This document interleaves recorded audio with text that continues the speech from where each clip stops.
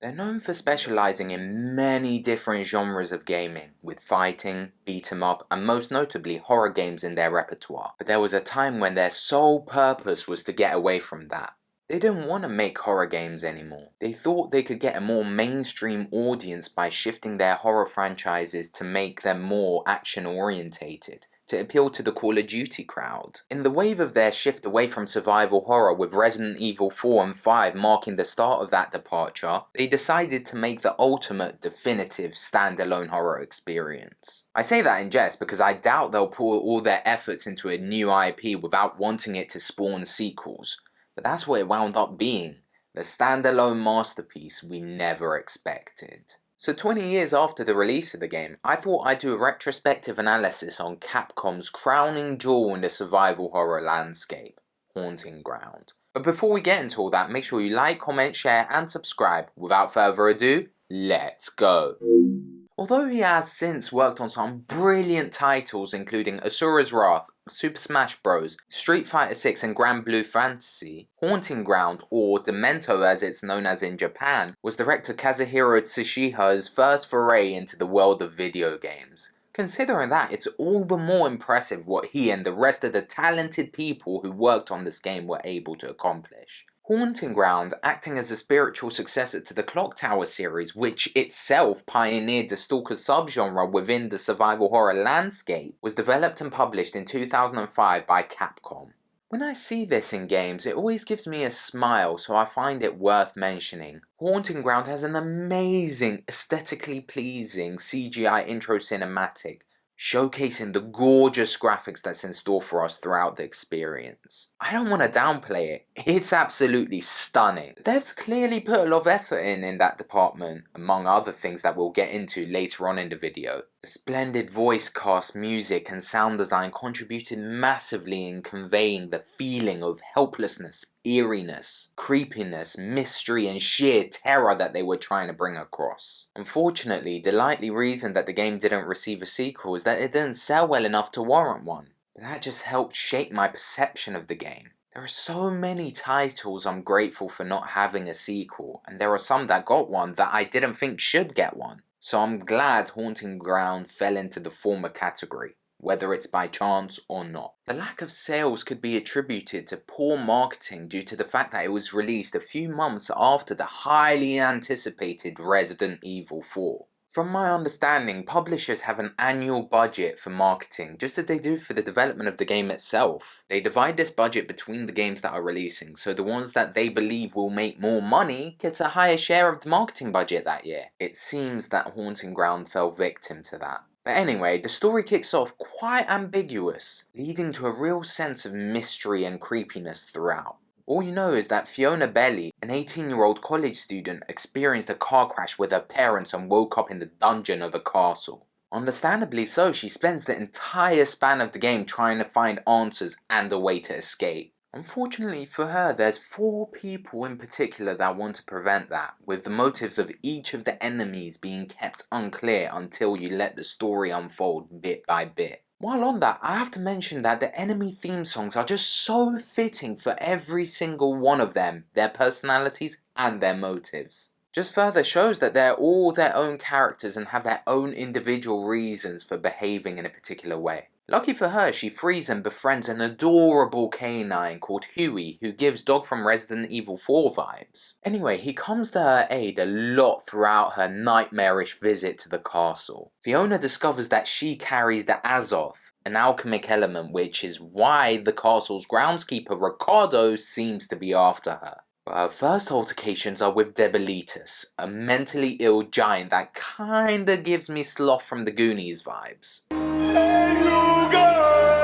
He has dolls and views Fiona as such. Therefore, he chases her around, keen to play with her in the same way he does with any of his other dolls. In the midst of being chased around the castle, the enigma that is Lorenzo claims to be wanting to help her and informs Fiona that in order to escape the castle, she must have a special staff that she could get from the chapel. On the final leg of her search for it, she gets confronted by Debelitus, so Fiona and Hewie are forced to hurt him so bad that he'd think twice about coming after them again. But there's no respite for them. Soon enough, Daniela, the maid, enters the fray. Her jealousy for Fiona's ability to smell, taste, touch, feel, experience pleasure, and most notably, create life keeps her coming after her. It's tragic in many ways. I mean, she doesn't have to express her frustrations in this manner, but still, tragic.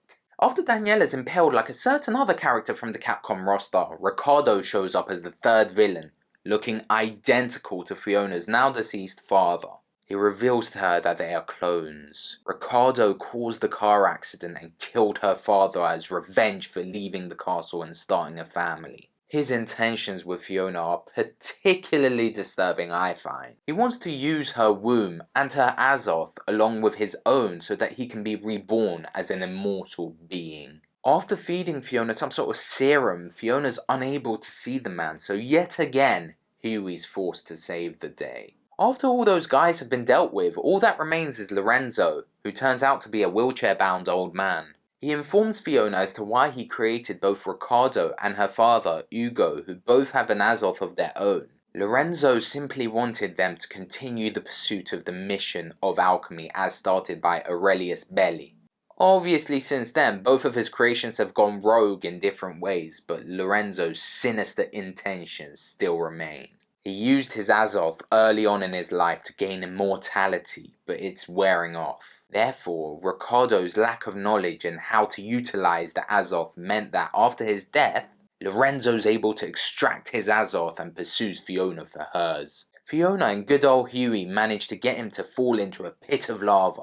Even though he continues to chase after them towards the exit of the castle for a while after that, the damage from the lava is too much to bear as he collapses, dead at her feet. Although the game has multiple endings, they're more or less based on how you treat Huey, and I can't lie, I can't bring myself to ever harm my little munchkin, so my ending always ends up being Debelita surviving and allowing both Fiona and Huey to leave the castle grounds together in peace.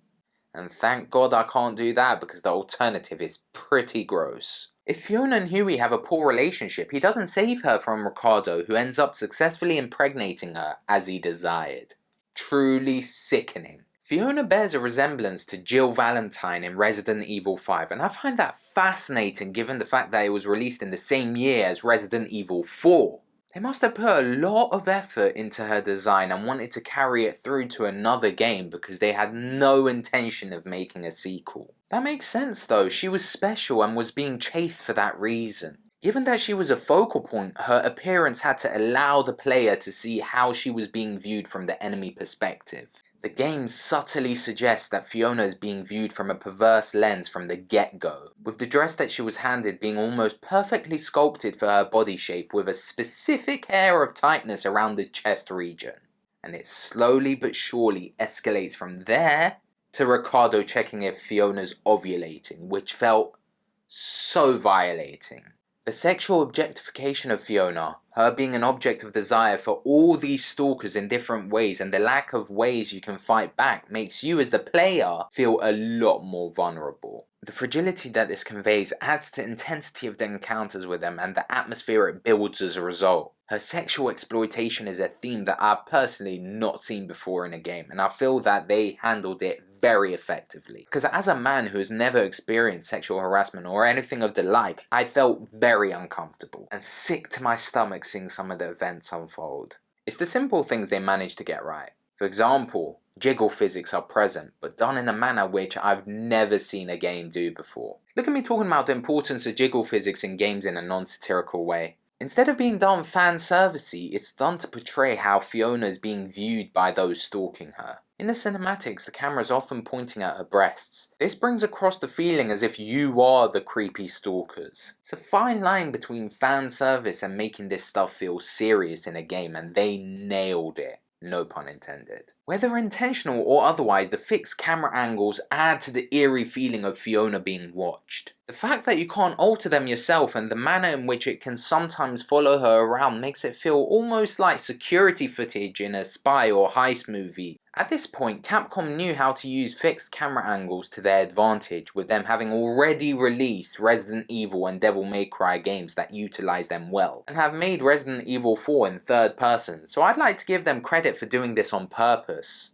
Given her vulnerability, Hewie remains the most important way of fighting back against Fiona's stalkers. You're able to command him using the right analog stick to do as you please. The directions you push the stick determines the actions that he'll perform. Up commands allow him to search the surrounding area, which can be useful because he can get to places that Fiona can't. If there's nothing to find, he'll bark at you, indicating he hasn't caught a whiff of anything in particular. However, in battle mode, when enemies are in your pursuit, the up command gets Hewie to bite them. Biting them can give her a chance to scare them off, escape, or hide behind open doors, curtains, under the sofa, and cubicles. Down commands call him back to you, while left commands allow you to scold poor Hewie. You might want to do this if he behaves disobediently, although it will affect how Hewie responds to you, so don't overdo it. And finally, right commands allow you to praise them up, which I've been doing a hell of a lot. If he does something that deserves praise, give it to him. It's all a matter of training him.